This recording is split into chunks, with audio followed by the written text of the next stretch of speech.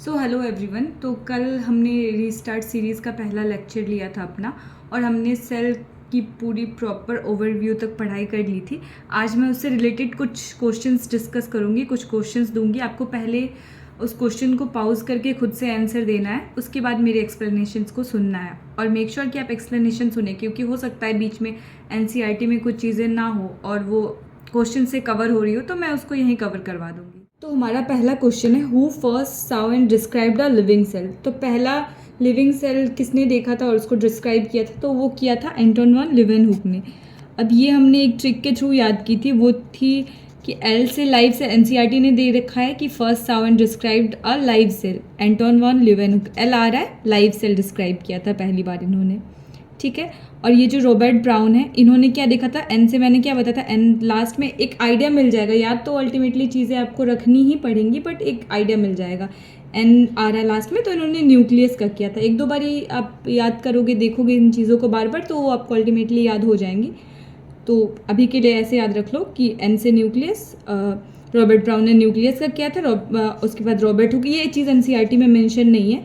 ये COX cell इन्होंने पहली बार देखा था, मतलब कि ये डेड सेल थी, ठीक है। उसके बाद एंटोन वान लीवेनहुक आते हैं, इन्होंने किया था क्या? Live cell. और उसके बाद मैथ्यूस क्लेडन, जो कि प्लांट सेल पे, इन्होंने जर्मन बॉटनिस्ट थे ये, और इन्होंने प्लांट सेल पे स्टडी की थी अपनी, ठीक है।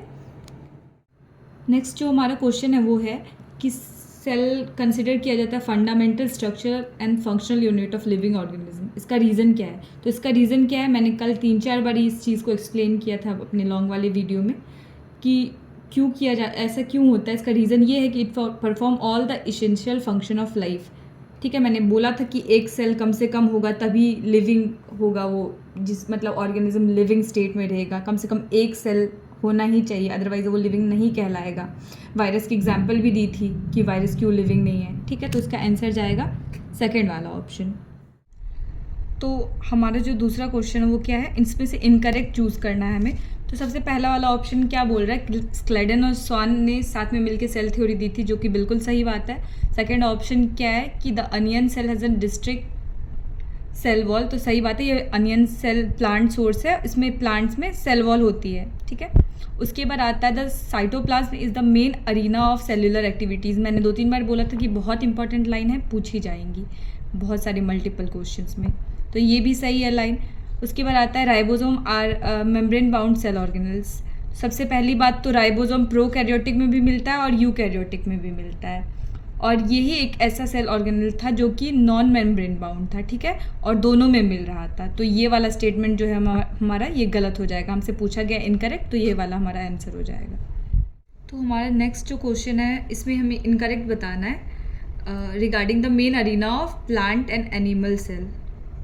तो main arena of plant and animal cell कौन होता है? साइटोप्लाज्म, ठीक है। तो साइटोप्लाज्म के बारे में जो इनकरेक्ट है वो बताना है। तो it is a semi fluid matrix, तो ये सही बात है, सेमी फ्लूइड मैट्रिक्स होती है। कल मैंने एनसीईआरटी में बताया था, लिखा हुआ था क्लियर लाइन। उसके बाद आती है it occupies the volume of the cell, ये भी बात सही है। उसके बाद आता है it is double membrane bound structure having chromatin material. ये वाला जो स्टेटमेंट है ये इनकरेक्ट हो जाएगी, क्योंकि ये ना स्टेटमेंट न्यूक्लियस के बारे में है, और यहाँ हमें main arena of plant and animal cell के रिगार्डिंग देनी है स्टेटमेंट। तो ये स्टेटमेंट सही है, ये सही है। ये वाली न्यूक्लियस के बारे में, साइटोप्लाज्म के बारे में नहीं है। न्यूक्लियस में होता है क्रोमेटिन, और वो डबल मेम्ब्रेन बाउंड होता है, ठीक है। तो ये वाला स्टेटमेंट हमारा आंसर हो जाएगा। आगे वाली स्टेटमेंट भी एक बार देख लेते हैं। It has various cell organelles, तो ठीक है, साइटोप्लाज्म में वेरियस सेल ऑर्गेनल्स होते हैं, जैसा मैंने कल बताया हुआ था आपको। नेक्स्ट क्वेश्चन, अब इनमें से मतलब वन लाइनर क्वेश्चंस है। अब इसमें से मैं बोलती जाऊंगी, आपको अपने दिमाग में रिकॉल करना है।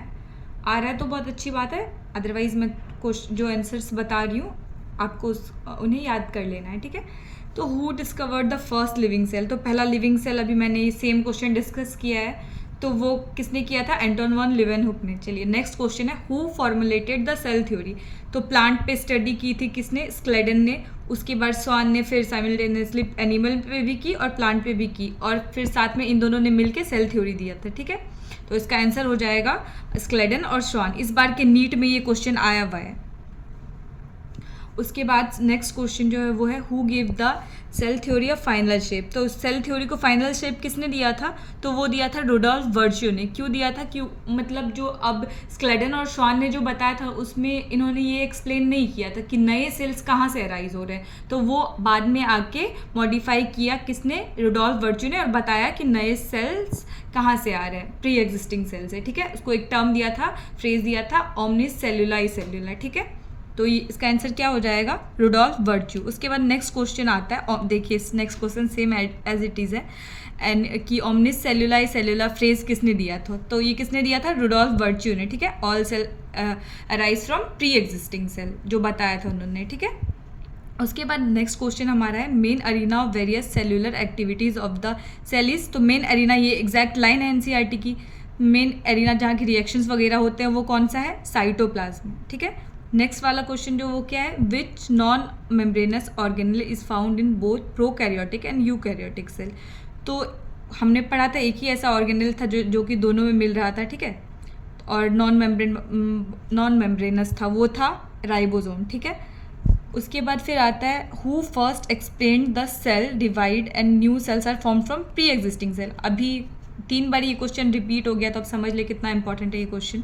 तो इसका आंसर क्या हो जाएगा? Rudolf Virchow. उन्होंने ही बताया था कि नए सेल्स कहाँ से आ रहे हैं, प्री एग्जिस्टिंग सेल जो है वो डिवाइड करके नए सेल्स बना रहे हैं। ठीक है, नेक्स्ट क्वेश्चन जो हमारा आता है वो है which non membranous cell organelle is found in animal cell and help in cell division.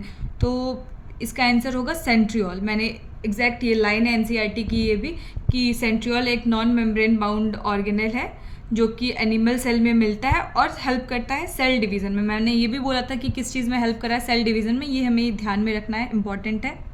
और नॉन मेम्ब्रेनस सेल ऑर्गेनेल। ठीक है, कौन सा आंसर है इसका? सेंट्रियोल। तो हमारा जो नेक्स्ट क्वेश्चन है मैच द फॉलोइंग। अब इसमें से सबसे स्मॉलेस्ट सेल कौन सा था? तो वो था माइकोप्लाज्मा। तो इसका जो आंसर है वो क्या हो जाएगा? ए। उसके बाद लॉन्गेस्ट सेल कौन सा था? Nerve cell. ठीक है, तो इसका हो जाएगा बी। उसके बाद लार्जेस्ट आइसोलेटेड सिंगल सेल हमारा कौन सा था? एग ऑफ एन ऑस्ट्रिच, यानी कि इसका हो जाएगा सी। ठीक है, तो नेक्स्ट हमारा जो क्वेश्चन है वो डायग्राम बेस्ड क्वेश्चन है। अब नीट में डायग्राम वाले क्वेश्चन भी आने के चांसेस हैं, तो इस चैप्टर में ये वाले जो डायग्राम है बहुत इंपॉर्टेंट है। एक बार आप पॉज करके वीडियो खुद सोचिए कि इसके आंसर्स क्या होंगे। आई होप आपने सोच लिया होगा। तो मैं आपको बताती हूँ कि पहला वाला जो ये डायग्राम है ये आरबीसी का, रेड ब्लड सेल का है। उसके बाद जो ये हमारा सेकंड वाला डायग्राम है ये वाइट ब्लड सेल का है।